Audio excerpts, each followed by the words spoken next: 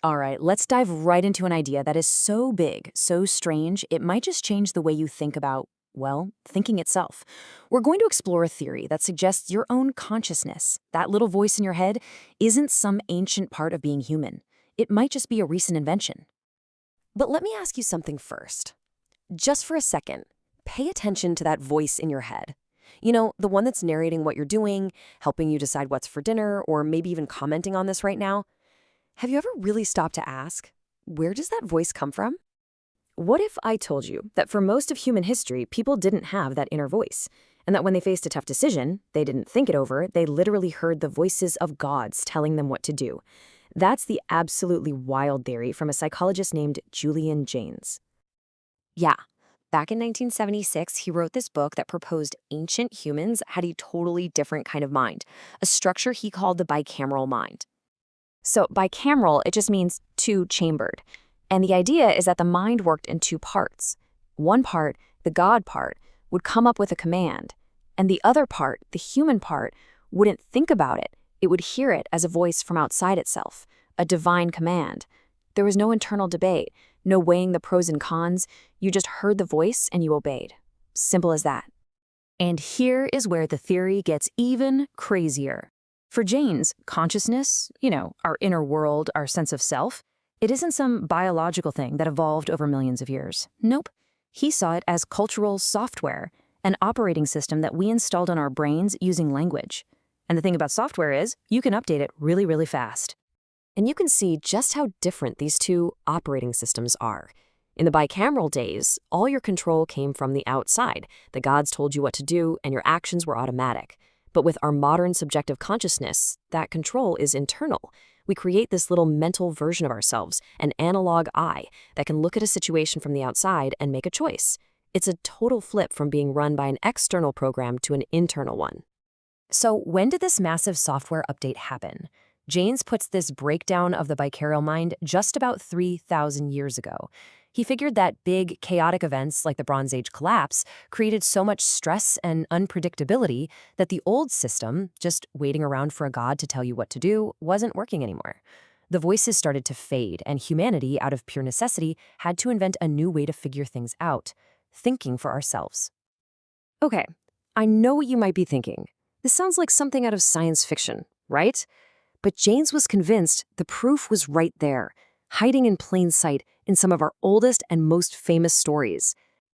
His star witness was Homer's Iliad. Jaynes argued that if you actually read the text closely, you'll notice something really strange. The characters almost never stop to think things over. They don't wrestle with their decisions.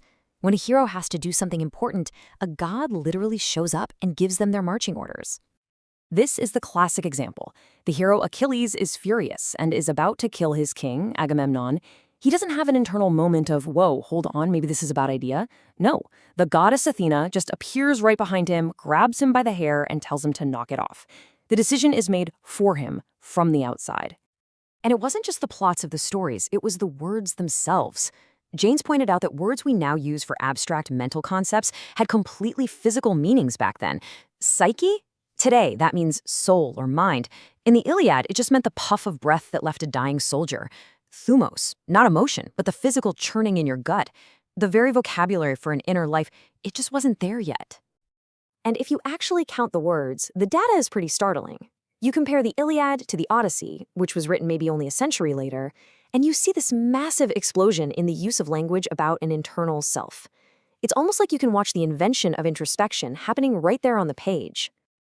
Okay, so what was supposedly happening inside their heads? Jaynes even had a neurological model for it. He proposed that the right side of the brain, which is more involved in patterns and big picture stuff, would cook up a command. That signal would then travel over to the left side of the brain, which handles language. But, and this is the key, the left brain wouldn't recognize that signal as coming from itself. It would process it as an external sound, a voice, the voice of a god. Now, as you can imagine, a theory this grand and this radical caused a major stir. It has some very serious and very smart critics. So to be fair, we have to look at the case against the bicameral mind. The critics raised some really tough questions. For one, is this just circular reasoning? Is Jaynes just reading his theory into the old texts? Second, the timeline seems way off. Humans were making sophisticated art and tools tens of thousands of years before Jaynes says we woke up, and that seems pretty hard to do without some kind of conscious planning. And maybe the biggest philosophical question of all, did consciousness actually appear 3,000 years ago, or did we just finally invent the words to talk about something that had been there all along?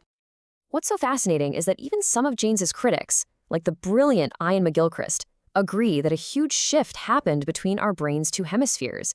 But they think Jaynes read the evidence completely backward. Jaynes saw a good thing, a merger that created our conscious mind. McGilchrist sees a bad thing, a hostile takeover by the left hemisphere that actually disconnected us from reality. So, if the theory might be wrong in its details, why do we still talk about it? Why does this idea refuse to go away? What's its lasting legacy? I think it matters for two huge reasons. First, it blows apart the simple idea that you are one single, unified self. It fits much better with the modern neuroscience view that the mind is more like a messy committee of different parts, all vying for control.